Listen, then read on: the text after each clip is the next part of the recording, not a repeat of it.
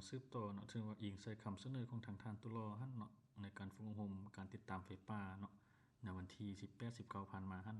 ซึ่งว่าเพิ่นเสนอมาอยากให้ไทเฮานี่เฮ็ดวิดีโอเนาะในการสาธิตนั้นแล้วมื้อนี้ข้าพเจ้าได้เฮ็ดวิดีโอขึ้นมาเนาะตัวหนึ่งเพื่อว่า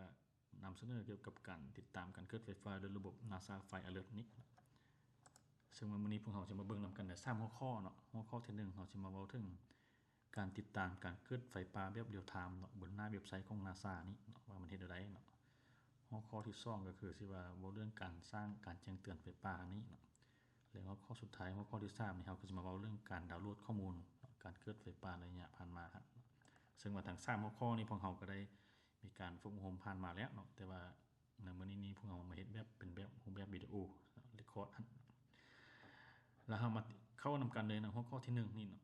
การติดตามการเกิดไฟป่าแบบเรียลไทม์เนาะบนหน้าเว็บไซต์ของ NASA เนาะซึ่งก่อนอื่นมืดพวกเราก็ต้องได้เปิดGoogle Chrome นี่ขึ้นมาก่อนเพื่อเข้าไปหาเว็บไซต์ของ NASA หั่นเนาะพิมพ์คำว่า google.com นี่ในหน้าต่างของ google.com นี้เราก็สามารถพิมพ์ลงไปคำว่า NASA เนาะ NASA Fire Monitoring ตัวนี้เนาะเมื่อเราเข้ามานี่เนาะเราจะปรากฏเห็นนั่นน่ะเว็บไซต์ของ NASA Fire เนาะตัวนี้ขึ้นมาเราก็คลิกเข้าไปเมื่อเวลาพวกท่านคลิกเข้าไปแล้วเนาะอันนี้มันสิเป็นหน้าต่างเว็บไซต์ที่ว่าอยู่ในระบบของ NASA นี่เนาะจุดสีแดงที่ว่าพวกท่านเห็นอยู่ในแผนที่นี้เนาะก็เป็นจุดที่ว่ามันเกิดไฟป่าที่เกิดขึ้นเนาะซึ่งว่าจุดสีแดงนี้มันสามารถที่ว่าดาวเทียมเนาะส่องสนิทที่พวกเราลมกันผ่านมาหั่นเนาะที่ว่า NASA ใช้ในการติดตามไฟป่าหั่น1ก็คือดาวเทียม MODIS ตัวนี้2ก็คือดาวเทียม VAR ตัวนี้เนาะหมายความว่า2ดาวเทียมนี้มันสิปินอ้อมหน่วยโลกพวกเฮานี่แล้วก็จับการเกิดขึ้นของไฟป่าหรือว่าแสงต่างๆที่มันเกิดขึ้นบนหน้าโลกพวกเฮาแล้วมันก็สิอัปเดตอยู่ในหน้าเว็บไซต์ตัวนี้เป็นแบบออนไลน์ในการเบิ่งนี้พวกเฮาก็ต้องได้ซูมเบิ่งอันนี้มันถือว่าแผนที่ทั่วโลกนี่เนาะแต่ละจุดมันเกิดกับสีแดงนี่เนาะถ้าว่าอยู่ในประเทศลาวพวกท่านก็ต้องได้ซูมมาเบิ่งแผนที่ประเทศลาวเนาะก็คือเฮาคอยซูมอยู่ในเขตอาซีตะวันออกเฉียงใต้นี่เนาะซูมอันนี้มันไทยลาวซูมจนกว่าจะเห็นพื้นที่พวกเฮาสนใจอยู่เนาะเมื่อพวกท่านตัวอย่างข้าพเจ้าได้มาซูมอยู่ในกบคิดอยู่ในอ่างน้ำเงียบตัวนี้ซึ่งว่าปัจจุบันนี้เราสามารถเห็นได้เกิดไฟป่าอาจจะเกิดขึ้นอยู่ใน4จุดซึ่งถ้าว่าพวกเราต้องการสนใจจุดใดเนาะพวกเราก็เพียงแต่เอาเมาส์คลิกเข้าไปอยู่จุดสีแดงนั้นมันก็สิปรากฏหน้าต่างตัวนี้ขึ้นมาซึ่งข้อมูลต่างๆเนาะพวกเราก็ได้เรียนรู้นำกันแล้วเนาะในฝึกอบรมมันเนาะซึ่งว่าลองจูดลาจูดนี่มันค่าพิกัดหรือว่าจุดเนาะที่มันเกิดขึ้นอยู่ในตัวจริงนั่นเนาะแล้วไบรท์ตัวนี้มันอุณหภูมิเนาะอุณหภูมิของไฟที่เกิดขึ้นเนาะตัวนี้ค่ามันแสดงเป็นองศาฟาเรนไฮต์เนาะถ้าพวกท่านต้องการรู้เป็นองศาเซก็ต้องได้ไปแตกเอาเนาะและอันที่3มันนี่มันตัววันที่เวลาเกิดนี่เนาะคือตัวนี้มันแสดงว่าจุดดังกล่าวเนี่ยมันเกิดขึ้นวันที่23เดือน2หมายความว่ามันเกิดขึ้นเมื่อวานนี้เวลาเนาะ 13:37 นาทีซึ่งว่าดาวเทียมที่ดักจับได้เนาะความร้อนดังกล่าวมันดาวเทียม VR หรือ VIRS นี้เนาะแล้วก็ confident เนาะหมายความว่าความน่าเชื่อถือเนาะความน่าเชื่อถือตัวนี้มันสิประเมินเป็นต่ำกลางสูงเนาะตัว N นี่ก็ถือว่ามันสิเป็น non confidential เนาะแล้วก็คันถ้าว่ามันขึ้นตัว L ก็เป็น low เนาะก็ว่าเป็น M ก็ถือว่าเป็น medium ก็คือกลางเนาะถ้าเป็น H ก็เป็น high เนาะในบางกรณีถ้าเป็นดาวเทียม Moody's เนาะมันสิขึ้นเป็นเปอร์เซ็นต์ของพวกเฮาเนาะหมายความว่าตัวอย่างว่าความน่าเชื่อถือมันไกล 50% เนาะก็หมายความว่าจุดดังกล่าวนี่มันอาจเกิดขึ้นอาจมีไฟป่าเกิดขึ้นอยู่ในภาคสนามมาแล้วซึ่งว่าข้อมูลตัวนี้เนาะพวกเฮาก็ต้องได้มาเบิ่ง3จุดที่สำคัญเนาะ1ก็คือว่าจุดโลเคชั่นเนาะที่มันเกิดนี้เนาะ2มาก็คือวันที่เวลามันเกิดนี้เนาะอยู่ใน acquisition date นี่เนาะอันที่3มาเนาะเกี่ยวกับความน่าเชื่อถือหรือว่า confidence เนาะตัวนี้มัน3ข้อมูลหลักที่เวลาเฮาต้องได้เบิ่งเนาะเพื่อติดตามการเกิดไฟป่าในตัวจริงฮั่นซึ่งว่าหน้าตาดังกล่าวนี่ก็ถือว่าพวกท่านก็สามารถซูมไปเลื่อนไปพื้นที่ที่ว่าเฮาสนใจนะว่าติดตามว่าปัจจุบันดังกล่าวนี่เวลาดังกล่าวนี่ไฟป่ามันเกิดอยู่ซะเด้พวกเฮาก็สิเห็นจุดสีแดงดังกล่าวนั้นเนาะแล้วกันถ้าว่าพวกเฮาสนใจเนาะจุดใดจุดหนึ่งพวกเขาเพียงแต่เอาเมาส์คลิกเข้าไปเนาะ เราคลิกเข้าไปมันก็จะสู่ information ดังที่ว่าพวกเราได้กล่าวมาแล้วก็สิมีเพียงซ้ำนี้เนาะสำหรับข้อที่1ในการเบิ่งติดตามไฟป่าแบบออนไลน์นี่ก็ถือว่าพวกเราก็สามารถเบิ่งแบบเรียลไทม์อยู่ในเว็บไซต์ได้ตัวนี้ถือว่าสำเร็จไปแล้วเนาะวันนี้เรามาก้าวเข้าข้อที่2เนาะการสร้างการแจ้งเตือนไฟป่าเป็นพวกเราเห็นได้กลับไปเว็บไซต์เนาะตัวนี้นี่เนาะแล้วพวกเราอยู่ในบนติดตามแบบเรียลไทม์นี่นะเนาะพวกเราสิเห็นว่าปุ่มสามเหลี่ยมตัวนี้เนาะปุ่ม3ขีดน้อยๆอย่างนี้เราเข้าไปแจงนี้หลังจากนั้นเนาะเราให้ในการสร้างการแจ้งเตือนเนาะไฟป่านี้เนาะเราให้เราเลือกมาที่ไฟล์ alert เนาะตัวนี้คำสั่งตัวนี้ในการสร้างการแจ้งเตือนแบบไฟป่านี้หมายความว่าจังได๋เนาะหมายความว่าเนาะระบบจะแจ้งเตือนเฮาเนาะอยู่ในด้วยรูปแบบการส่งอีเมลเนาะมาแจ้งเตือนของพวกเฮาเนาะเมื่อเวลาเกิดไฟป่าเนาะอยู่ในเกิดขึ้นในพื้นที่ที่เฮากำหนดเนาะหรือพื้นที่ที่เฮาทำการศึกษาด้านหนึ่งหั่นเนาะหมายความว่าแต่ละมื้อเนาะถ้าว่าจุดไฟป่ามันเกิดขึ้นในพื้นที่ที่ว่าเฮาทำการศึกษาเนาะระบบ NASA นี่ก็สิส่งข้อมูลแจ้งเตือนพวกเฮาโดยการส่งอีเมลให้พวกเฮาเนาะซึ่งว่าพวกเฮาต้องได้ล็อกอินอีเมลเนาะพวกท่านต้องได้มีอีเมลของเพื่อมันในการสร้างการแจ้งเตือนนี่เนาะคือพวกเราได้ฝึกอบรมกันไปนำกันแล้วเนาะถ้าพวกท่านบ่มีอีเมลก็ต้องได้สร้างอีเมลขึ้นมาใหม่เนาะกรณีนี้ข้าพเจ้ามีอีเมลแล้วเนาะข้าพเจ้าสิใส่อีเมลข้าพเจ้าเนาะนี่นะนี่คือเนาะตัวนี้Copy มาใส่ตัวนี้วางซะนี้ไว้ก่อนอีเมลแล้วก็เฮาก็กดไปที่คำสั่งอีเมลโค้ดหลังจากนั้นระบบ NASA นี่จะส่งรหัสพาสเวิร์ดนี้เข้าไปหาอีเมลพวกเราต้องมากดเบิ่งอีเมลของพวกเราเข้าไปถึงอีเมล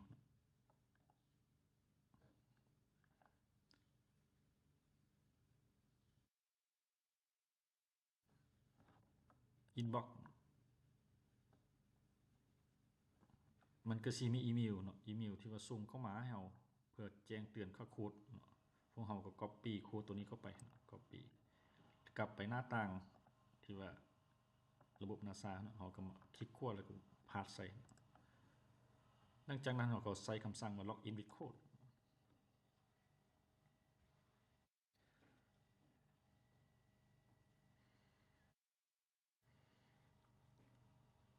ระบบ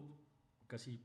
เข้ามาอยู่ในหน้าต่างที่ว่าการสร้างการแจ้งเตือนนี้เนาะกรณีนี้ข้าพเจ้าได้สร้างการแจ้งเตือนไปแล้วตัวนึงเนาะถ้าพวกเจ้าข้าพเจ้าจะสร้างใหม่เนาะก็เพียงแต่เข้าไปอยู่ในปุ่มคำสั่ง create file alert ตัวนี้มันจะปรากฏหน้าต่างตัวนี้ขึ้นมาเนาะให้เราตั้งชื่อเนาะแต่ว่ากรณีตั้งชื่อนี้เราต้องได้ตั้งชื่อการแจ้งเตือนเป็นภาษาอังกฤษเนาะภาษาลาวมันบ่สนับสนุนเนาะคือตัวอย่างข้าพเจ้าพิมพ์คำว่าเนาะไฟล์เนาะ alert เนาะการแจ้งเตือนอยู่ในขีดข้าพเจ้า underscore ขีดน้ำเงียบ1หรือ swell การแจ้งเตือนไปอยู่ในขีดอ่างตุงน้ำเงียบนี่เนาะจากนั้นเรามาเบิ่งเลื่อนใส่คำสั่งที่2นี้ให้เราเลือกอยู่นี่ให้เป็น custom legend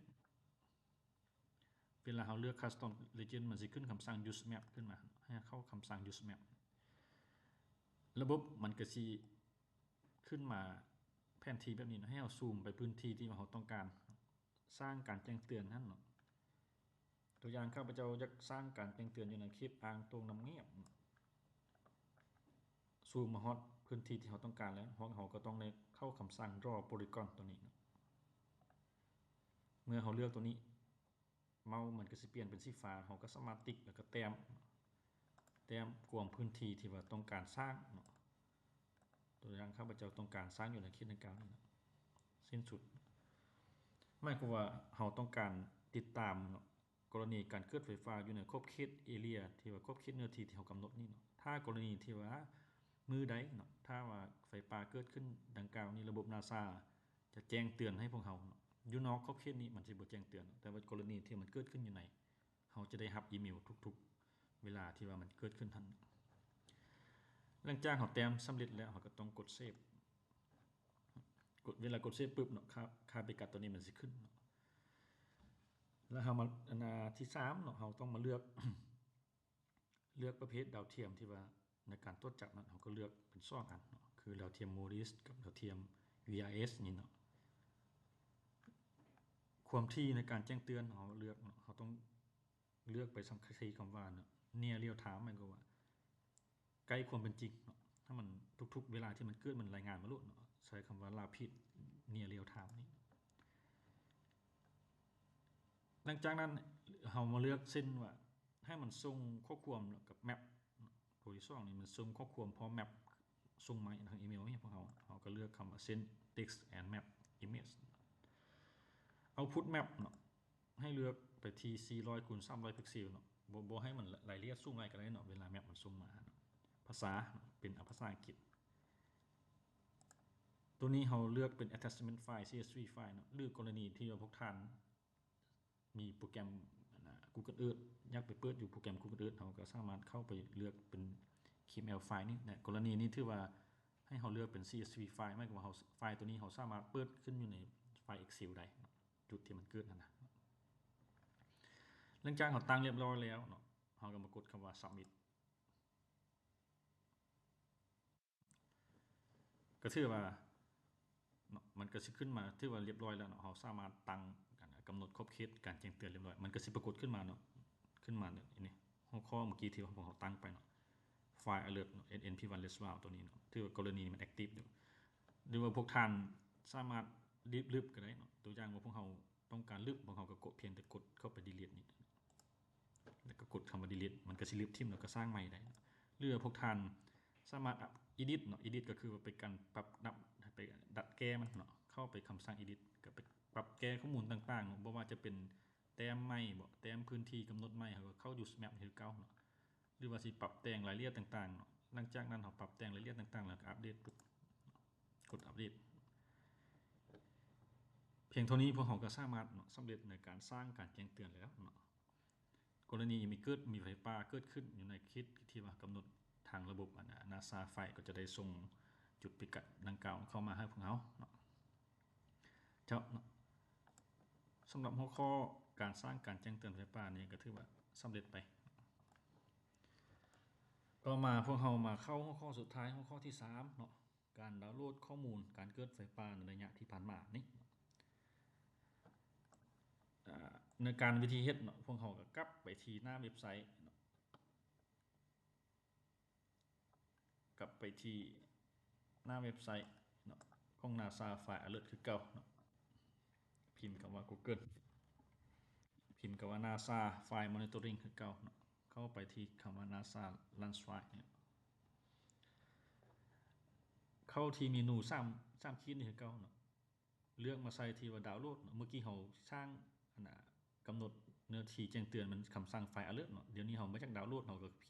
เลือกคำสั่งดาวน์โหลด active data หมายความว่าเป็นการดาวน์โหลด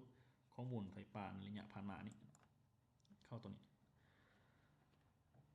มันก็สิปรากฏเนาะคือเก่าเนาะให้เราใส่อีเมลที่พวกเราตั้งขึ้นมานี่เข้าไปเนาะตัวอย่างข้าพเจ้านำใส่อีเมลตัวนี้เลือกคำสั่งอีเมลโค้ดหลังจากนั้นระบบมันก็จะส่งเนาะอีเมลเนาะเพื่อแจ้งบอกรหัสของพวกเราเนาะก็เข้าไปเบิ่งอีเมลเขาคือเก่าตัวนี้เนาะเด้มันก็ส่งอีเมลมารหัสมาให้อีเมลของพวกเราคือเก่าพวกเรา copy รหัสตัวนี้เข้าไปกลับมาในหน้าต่างตัวนี้แล้วก็วางรหัสพวกเราใส่หลังจากนั้นกดไปคำสั่งที่ว่า login with code ตัวนี้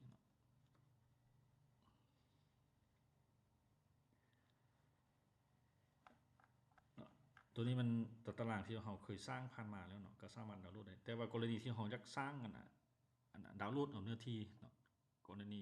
ข้อมูลการเกิดไฟป่าใหม่พวกเราก็ต้องเข้ามาที่คำสั่ง create new request แล้วพวกเราก็ต้องมาเลือกตัวนี้ไปเป็น custom region หมายความว่ากำหนดเนื้อที่ที่ว่าเราต้องการดาวน์โหลดข้อมูลท่านเนาะว่าเนื้อที่ตัวใดที่ต้องการระบบเนาะรายงานประวัติการเกิดไฟป่าของพวกเราก็คือเก่าเนาะพวกเราก็ต้องใส่เครื่องมือ draw polygon ตัวนี้ตัวอย่างข้าพเจ้าอยาก ฮู้ประวัติการเกิดไฟป่าเนาะอยู่ในขอบเขตอ่างน้ำเงียบของเฮานี่เนาะพวกเฮาก็แต้มกวมเอาคือเก่าฮั่นกวมเอาพื้นที่ที่ว่าพวกเฮาต้องการดาวน์โหลดข้อมูลเนาะหลังจากนั้นพวกเฮาก็กดเซฟมันก็สิขึ้นมีค่าพิกัดขึ้นมาแล้วพวกเฮาก็ต้องประเมินมาเบิ่งประเภทเนาะดาวเทียมที่ว่ามันกดจับได้ฮั่นเนาะเลือก2ประเภทคือ MODIS กับ VIRS นี้หลังจากนั้นพวกเฮาก็ต้องมาเบิ่งพวกเฮาต้องการดาวน์โหลดประวัติการเกิดไฟป่านี่เนาะตั้งแต่มื้อใดมาตัวอย่างข้าพเจ้าต้องการว่าตั้งแต่เดือน1เนาะวันที่1ปี2025เนาะเดือน1วันที่1ปี2025วันที่ปัจจุบันคือเนาะวันที่24เดือน2ปี2026ตัวนี้มันระยะเวลาที่ว่าเราต้องการดาวน์โหลดข้อมูลที่ว่าเกิดระยะผ่านมา1ปีฮั่นหลังจากนั้นพวกเราก็ต้องมาเลือกว่าประเภทที่ว่าพวกเราข้อมูลที่มันดาวน์โหลดมาฮั่นเป็นเซฟไฟล์ถ้าว่าเป็นเซฟไฟล์ไม่ก็ว่าคือเราเรียนผ่านมาเป็นกรณีนี้ไม่ก็ว่ามันสิส่งเป็นเซฟไฟล์เราก็สามารถเข้าไปเปิดแอดเข้าไปนำไซต์โปรแกรม QGIS เบิ่งมาจุดได้มันเกิดได้เลยเนาะหรือว่าพวกเราสามารถเลือกเป็น text file CSV ไฟล์ตัวนี้เพื่อว่ามันส่งขึ้นเข้ามาแล้วเราสามารถดาวน์โหลดเป็น Excel ไฟล์เนาะเปิดเป็นสามารถไปเปิดอยู่เป็นโปรแกรม Excel ได้เนาะเพื่อสรุปในต่างๆกันเนาะซึ่งข้าพเจ้าแนะนำเนาะถ้ากรณีพวกท่านสิดาวน์โหลดในการสร้างบัญชีแสดงจุดไฟป่าระยะผ่านมาพวกท่านก็ดาวน์โหลดเลือกเป็น CSV ไฟล์เนาะถ้ากรณีพวกท่านสิสรุปเนาะจำนวนตัวเลขตัวผ้าเนาะหรือว่าจุดที่มันเกิดต่างๆท่านเนาะเป็นบทรายงานต่างๆเราก็เลือกเป็น CSV ไฟล์เพราะว่าพวกเราสามารถเปิดเป็น Excel ได้เนาะเปิดเป็นไฟล์ Excel แล้วก็สรุปต่างๆอยู่ใน Excel ฮะหลังจากพวกเรากำหนดแล้วกรณีนี้ข้าพเจ้าสิเลือกเป็น Excel ไฟล์แล้วพวกเราก็กดเพียงแต่กดคำสั่ง submit ระบบมันก็สิ